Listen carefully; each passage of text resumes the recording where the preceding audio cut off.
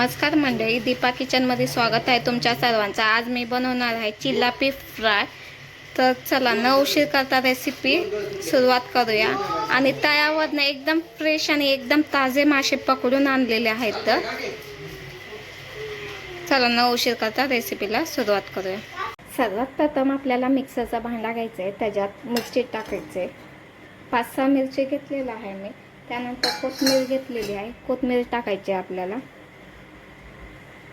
Tomato घेतलेला आहे अर्धा घ्यायचा किंवा तुमच्या मनानुसार घ्यायचा आहे। टमाटा तुम्हाला आंबट खायचा असेल तर तुम्ही एक टाकू शकता।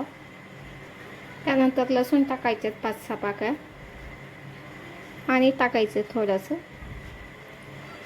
पाणी टाकल्यानंतर आपल्याला मिक्सरमधनं बारीक काढून घ्यायचं।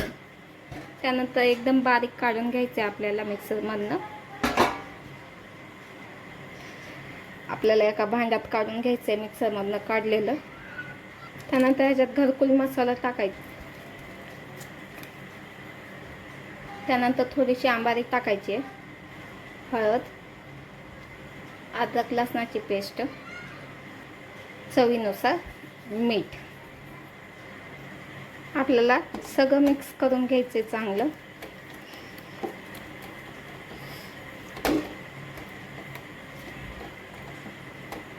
सगळं चांगलं मिक्स करून घेतल्यानंतर आपल्याला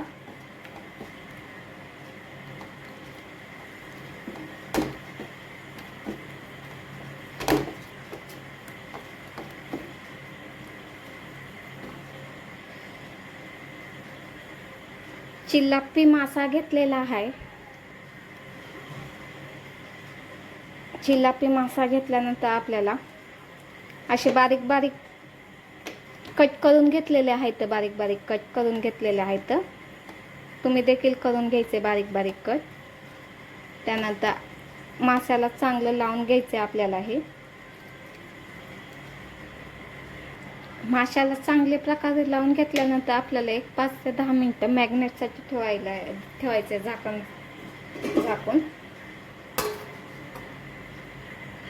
10 मिनिटं मॅग्नेट ठेवल्यानंतर झाकण काढायचे आपल्याला। त्यानंतर आपल्याला ही आता फ्राय करून घ्यायचे। तवा तापला की आपल्याला तेल टाकायचे तव्यावर। सगळीकडे तेल पसरून घ्यायचे आपल्याला। तेल पसरल्यानंतर आपल्याला जो मासा आपण मॅग्नेट केलेला होता तो टाकायचा आपल्याला।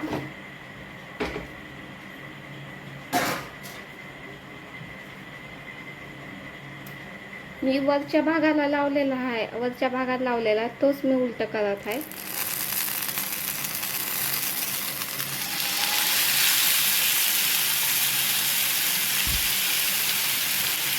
त्यानंतर जो थोडासा मसाला ठेवला होता आपला तो वरच्या भागाला लावून घ्यायचा आपल्याला।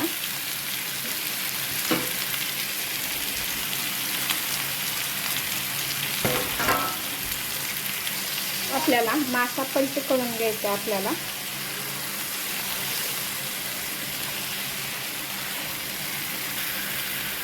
आपल्याला मासा पलटी करून घ्यायचा हलक्या ह्याच्याने।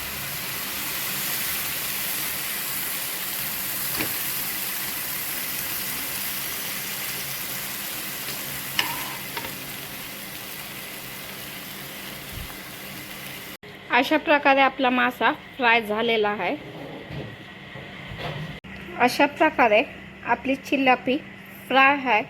तुम्ही पण नक्की एकदा ही रेसिपी ट्राय करा। तुम्हाला आवडली असेल तर माझी रेसिपी नक्की माझ्या चॅनलला सबस्क्राईब, लाईक, शेअर करायला विसरू नका। धन्यवाद।